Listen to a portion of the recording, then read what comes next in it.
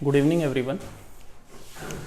बच्चों 10th class का electricity chapter के वीडियो सीरीज़ के अंदर आज जिस टॉपिक को हम पढ़ने वाले हैं उस टॉपिक का नाम है ओम्स लॉ। और बच्चों ओम्स लॉ जो है 10th क्लास के अंदर एक इतना इम्पोर्टेंट टॉपिक है कि ये आपके एग्ज़ाम के अंदर कवर करता है लगभग 2 से 3 क्वेश्चन। और बच्चों इससे हर बार क्वेश्चन एग्जामिनर पूछता है बोर्ड एग्ज़ाम्स के अंदर, और वैसे भी काफ़ी इम्पोर्टेंट टॉपिक है। तो बच्चों ये ओम्स लॉ जो है इसका नाम जो है सर एक ग्रेट साइंटिस्ट हुए सर जॉर्ज सीमन ओम्स, उन्होंने इसको डिस्कवर किया था, इसलिए उनके नाम पर ही इस लॉ को रख दिया गया, इनका नाम ओम्स लॉ। बच्चों इससे पहले अगर मैं रिमाइंड करवाऊं, हमने पढ़ा है अपने इलेक्ट्रिसिटी वाले चैप्टर के अंदर कि इलेक्ट्रिक करंट क्या होता है, पोटेंशियल डिफरेंस क्या होता है जिसको हम V से डिनोट करते हैं, और इलेक्ट्रिक करंट जिसको हम I से डिनोट करते हैं। और इलेक्ट्रिक सर्किट डायग्राम की बात करूं तो उसमें हमने जो इलेक्ट्रिक सर्किट के कंपोनेंट और उसके कुछ सिंबल हैं उनके बारे में पढ़ा है। तो बच्चों एक क्वेश्चन हमारे दिमाग में अराइज होता है, और वो क्वेश्चन क्या है कि क्या इलेक्ट्रिक करंट और पोटेंशियल डिफरेंस इनके बीच में कोई रिलेशन है। अब बच्चों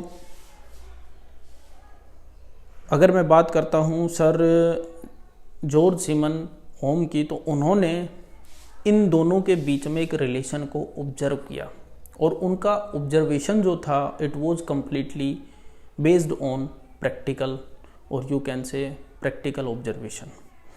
तो बच्चों स्टार्ट करते हैं। आपकी एनसीईआरटी की बुक में ये एक्टिविटी भी दी हुई है ओम्स लॉ को समझने के लिए। तो हम स्टार्ट करते हैं ओम्स लॉ को समझने के लिए। इस एक्टिविटी को के बारे में कुछ बताता हूँ, और जो रिलेशन निकल के आता है उसको हम डिस्कस करेंगे। तो प्यारे बच्चों आप एक सर्किट डायग्राम देख रहे हैं बोर्ड के ऊपर। इस सर्किट डायग्राम को मैं एक्सप्लेन करूँ तो मेरे पास बच्चों एक नाइक्रोम वायर है, और बच्चों कोई भी ऐसा ऑब्जेक्ट या कोई भी ऐसा हम बॉडी लेते हैं जिसमें से इलेक्ट्रिक करंट फ्लो करता है, इट में बी वायर और anything, it is called conductor. और जिस कंडक्टर के पास कुछ रेजिस्टेंस होता है, ये रेजिस्टेंस टर्म क्या होती है इसमें भी पढ़ेंगे हम अभी, उसको हम रजिस्टर बोलते हैं, and it is denoted by R. और कल हमने जैसा लास्ट वीडियो में अपना पढ़ा था, उस वीडियो में मैंने बताया था कि कोई भी कंडक्टर जिसका एप्रिसिएबल रेजिस्टेंस होता है उसको डिनोट करते हैं हम दिस सिंबल जिग-जैग लाइन से।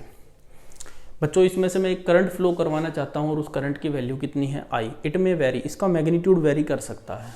अगर मुझे इसमें से करंट फ्लो करवाना है तो अपने पिछले लेक्चर के अकॉर्डिंग हमें इसके दोनों एंड के अक्रॉस क्या अप्लाई करना पड़ेगा, एक पोटेंशियल डिफरेंस।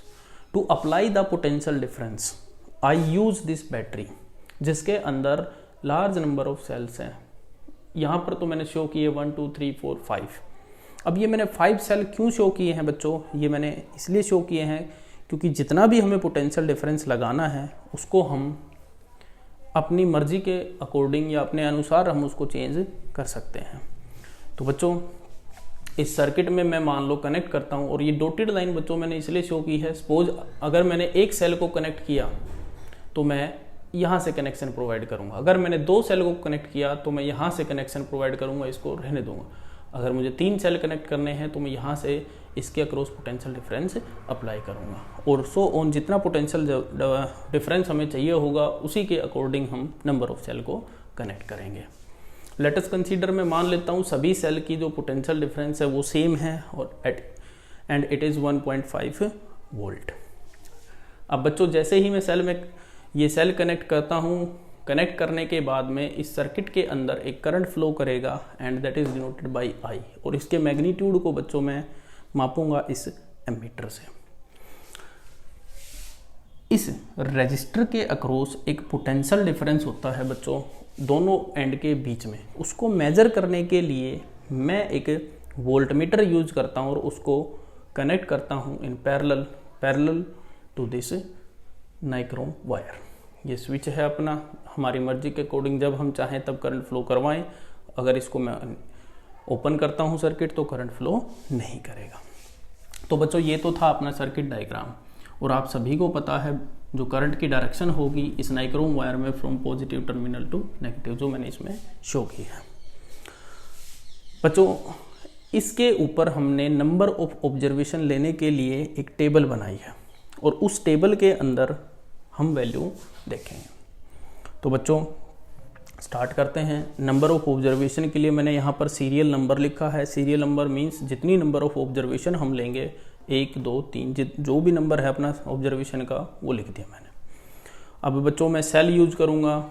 पहले मैं 1 सेल यूज करता हूँ, 2 सेल यूज करता हूँ, 3 जो मैं पोटेंशियल डिफरेंस अप्लाई करने के लिए यूज करूँगा।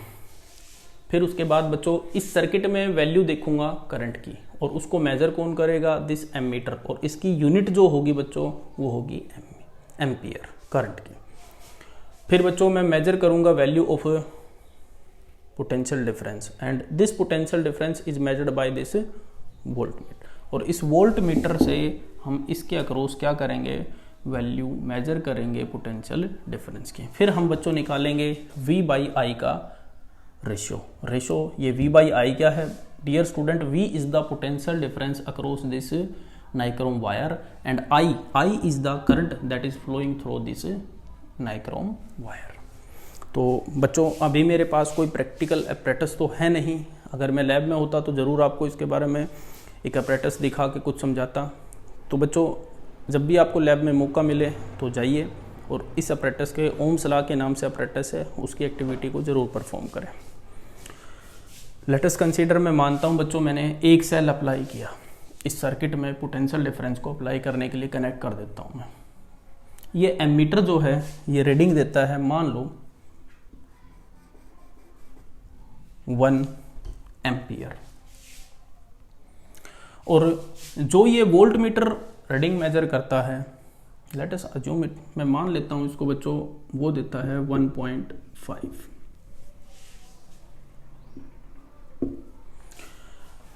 अब बच्चों मैं नंबर ऑफ सेल को बढ़ाता हूं। पहले मैंने 1 यूज किया, अब मैं ये कनेक्शन यहां से प्रोवाइड करूंगा, दूसरा सेल कनेक्ट करते के साथ जो इस कनेक्शन को पोटेंशियल डिफरेंस अप्लाई करवा रहे हैं सर्किट के अंदर, वो नंबर ऑफ सेल होंगे 2।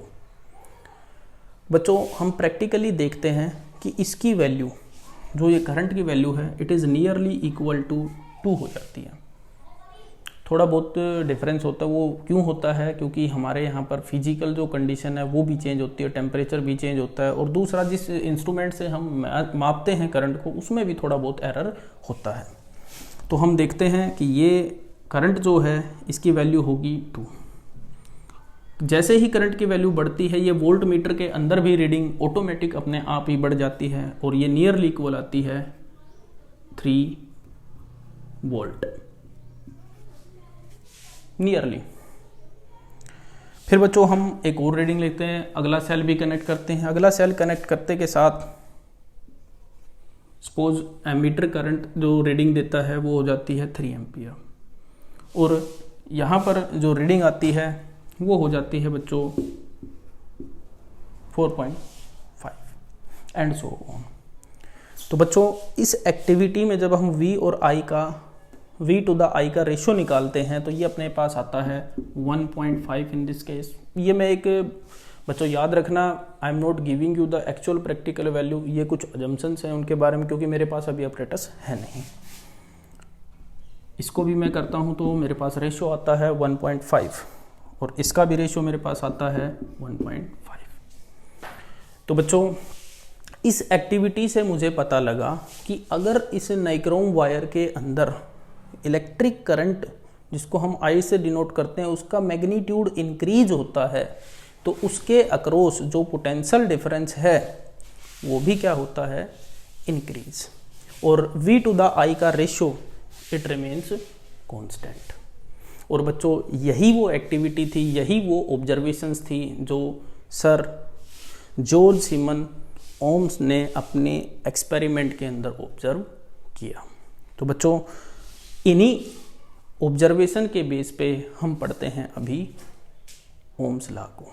तो बच्चों हमने देखा कि जो पोटेंशियल डिफरेंस है इस नाइक्रोम वायर के अक्रॉस वो किस पे डिपेंड करता है, करंट पे। अगर करंट इंक्रीज कर रहा है तो ये भी इंक्रीज करता है, अगर ये डिक्रीज होता है तो ये भी क्या होता है, डिक्रीज। तो बच्चों मैं लिखना चाहूँ तो in 1827 sir George Simon Om.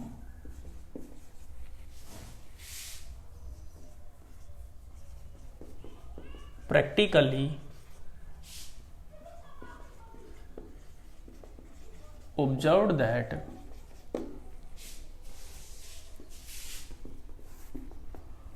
potential difference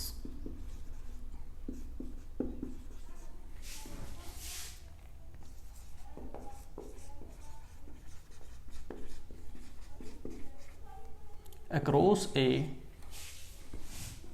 conductor। और बच्चों जब कोई टर्म इंक्रीज लगातार इसके इंक्रीज होने पर ये भी इंक्रीज हो रहा है, जब डायरेक्टली दोनों के बीच में कोई रिलेशन है कि एक इंक्रीज हो रहा है तो दूसरी क्वांटिटी भी इंक्रीज और दूसरी पहली क्वांटिटी अगर डिक्रीज हो रही तो दूसरी भी डिक्रीज, ऐसे रिलेशन को बोलते हैं बच्चों डायरेक्टली प्रपोर्स। तो उन्होंने ऑब्जर्व किया कि किसी भी एक कंडक्टर के अक्रॉस, उसके दो एंड के अक्रॉस जो पोटेंशियल डिफरेंस है वो डायरेक्टली प्रपोर्शनल होता है directly proportional to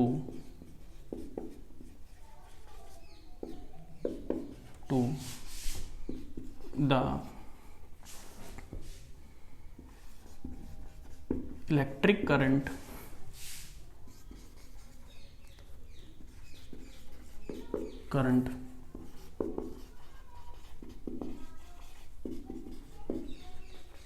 flowing through it at a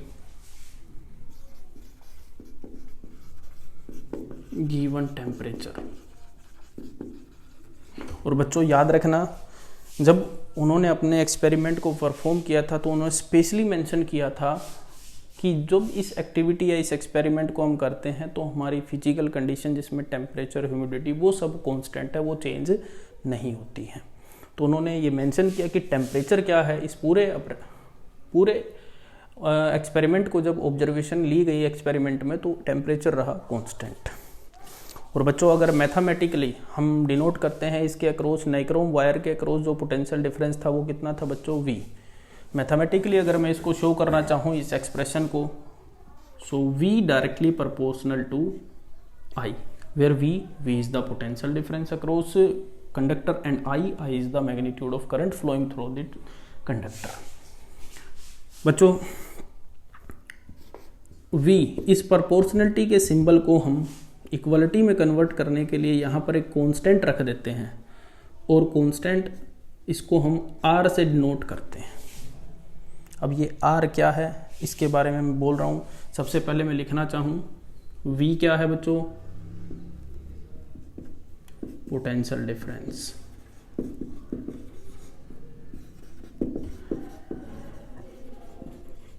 across conductor, और I क्या है, electric current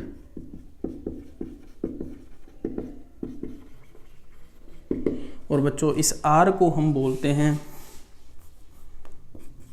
R is a constant and इसका नाम है बच्चों, it is known as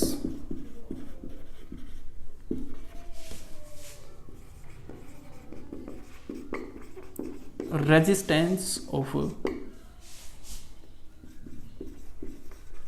conductor at given temperature. बच्चों जो अपने पास ये एक एक्सप्रेशन निकल के आई है V is equal to R into I, इसी को हम बोलते हैं बच्चों ओम्स लॉ, या आप इसको बोल सकते हो कि ओम्स लॉ का एक एक्सप्रेशन है। अब बच्चों अगर मैं डिफाइन करना चाहूँ इस रेजिस्टेंस को किसी भी कंडक्टर के लिए तो देखिए रेजिस्टेंस अगर लिखना चाहें तो क्या है रेजिस्टेंस। प्यारे बच्चों किसी भी कंडक्टर के लिए जब उसमें से इलेक्ट्रिक चार्ज का फ्लो होता है, जब हम पोटेंशियल डिफरेंस अप्लाई करते हैं, तो हम सभी को पता है कि कोई भी एक कंडक्टर जो होता है it is made up of small tiny particle जिनको हम ब्रेक नहीं कर सकते and it is known as atoms. और सभी एटम्स के पास इलेक्ट्रॉन्स होते हैं। तो बच्चों जो इलेक्ट्रॉन होते हैं वो एटम के न्यूक्लियस के साथ बाइंड होते हैं और वो फ्लो करते हैं इलेक्ट्रॉन, तभी उसके अंदर से इलेक्ट्रिक करंट फ्लो करता है। एक्चुअली हमें लगता है ऐसा कि फ्री होते हैं इलेक्ट्रॉन उसके अंदर मूव करने के लिए, लेकिन नहीं बच्चों, ऐसा बिल्कुल भी नहीं होता है। वो एक फोर्स के साथ बंधे हुए होते हैं न्यूक्लियस के साथ, तो वो एक मूव तो करते हैं लेकिन एक यू कैन से वो फोर्स जो है उनके मोशन को अपोज करता है। और इसलिए बच्चों जो अपोज होता है या जो रेजिस्ट करता है चार्ज के फ्लो को, उसी को हम बोलते हैं कंडक्टर का रेजिस्टेंस। तो मैं अगर डेफिनेशन लिखना चाहूँ किसी भी कंडक्टर के रेजिस्टेंस की, तो वो क्या होता है, it is the property of any, कोई भी कंडक्टर होता है, property of any conductor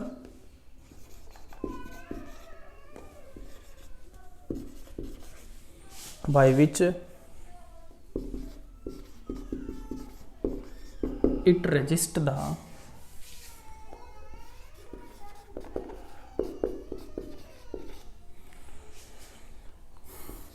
flow of charge through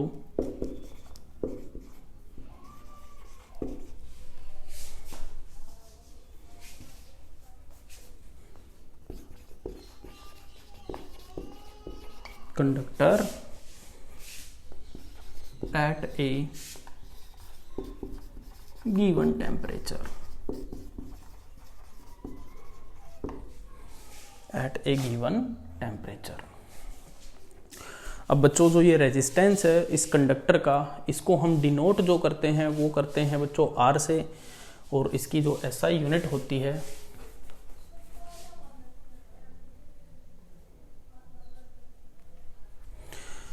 इस एक्सप्रेशन से अगर मैं लिखना चाहूं बच्चों तो ये किसके बराबर होता है,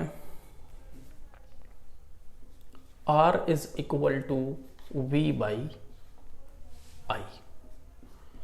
और बच्चों किसी भी एक कंडक्टर के लिए जो V टू द I का रेशियो होता है वो हमेशा ही क्या मिलता है बच्चों, कांस्टेंट। और जब हम इसका किसी गिवन टेम्परेचर के ऊपर ग्राफ प्लॉट करते हैं तो ग्राफ बनता है अपने पास बच्चों at a given temperature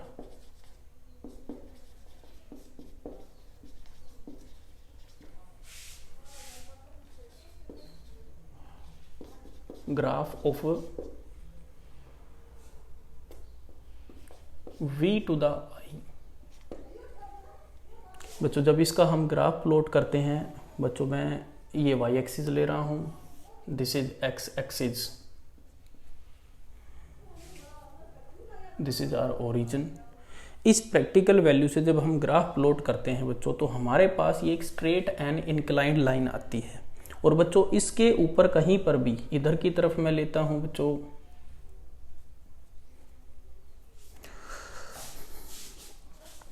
current, जिसको I से डिनोट करते हैं, और इधर की तरफ मैं लेता हूं पोटेंशियल डिफरेंस अक्रॉस दिस, जिसको हम किससे डिनोट करते हैं, V से। इस पूरी लाइन के ऊपर बच्चों अगर मैं नोट करना चाहूँ V टू द I का रेशियो हमेशा ही क्या रहता है बच्चों, कांस्टेंट। कहीं पर भी देखोगे हर जगह पर V टू द I का रेशियो कांस्टेंट।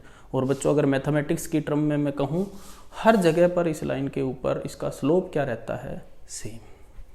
और बच्चों याद रखना ये मैं हालांकि आपको बताना नहीं चाहता, लेकिन आगे आप पढ़ोगे 10th क्लास में 12th क्लास में tan थीटा, अगर मैं इसमें ये एंगल जो थीटा मानता हूँ ड्रॉ करूँ किसी भी पॉइंट के लिए, तो ये हमेशा किसके बराबर होगा, V टू द I के।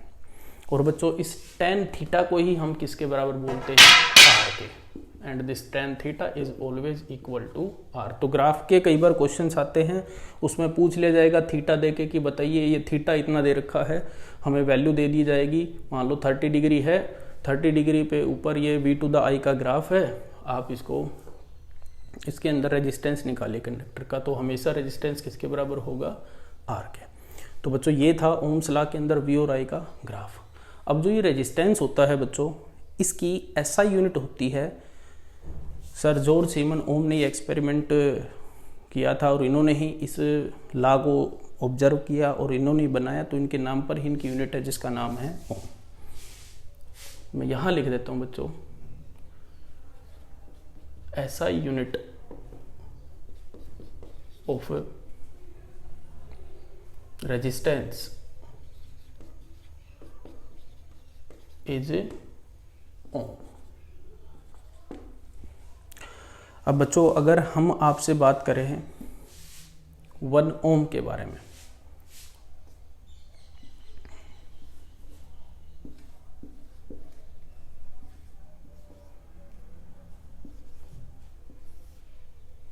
तो बच्चों 1 ओम को अगर मैं लिखना चाहूँ, इसको डिनोट करते बच्चों ग्रीक के अंदर एक लेटर है ये ओमेगा, इसे हम डिनोट कर लेते हैं, दैट इज ओम।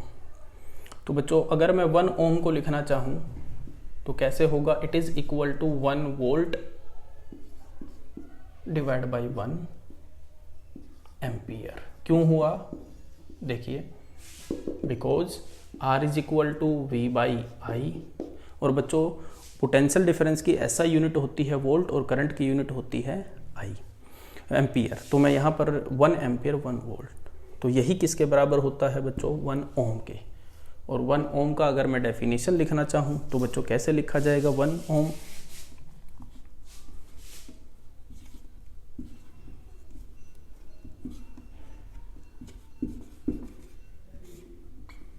अगर कोई भी कंडक्टर है, जैसे इसमें हमने नाइक्रोम वायर लिया है, नाइक्रोम वायर के अक्रॉस मैं 1 वोल्ट का पोटेंशियल डिफरेंस ऑब्जर्व करता हूं, जब इसमें से कितना करंट फ्लो करता है बच्चों 1 एम्पियर। इट मींस इसके अक्रॉस का या इसका जो रेजिस्टेंस होगा वो कितना होगा 1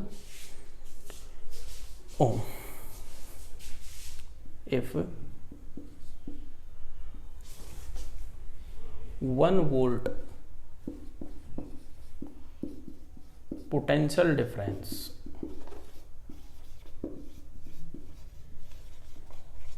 is applied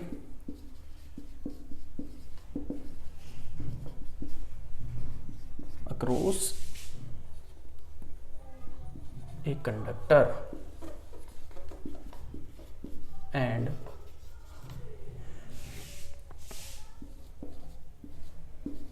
one ampere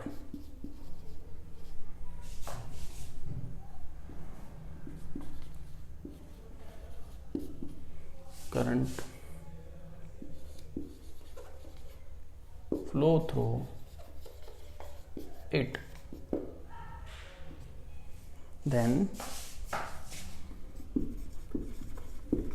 its resistance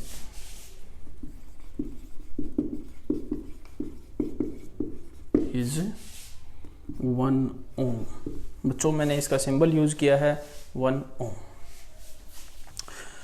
तो बच्चों यहाँ तक मैंने आपको ओम्स लॉ को कम्प्लीटली बताया है।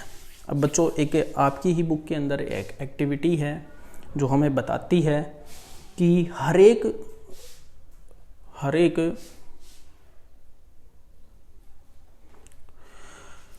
कंडक्टर के लिए जो वैल्यू होती है इस R की वो अलग अलग होती है। इसके लिए एक्टिविटी है, उस एक्टिविटी को हम अपने नेक्स्ट वीडियो में कन्वर्ट करें। बाकी मैं लिख देता हूँ,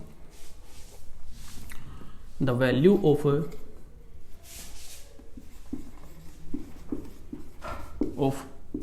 resistance is different for different conductor at a given temperature।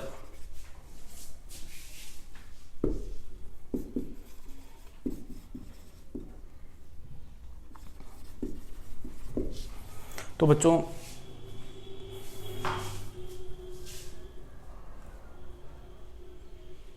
ठीक है बच्चों, अगले लेक्चर में अपने मिलते हैं हम। Thank you.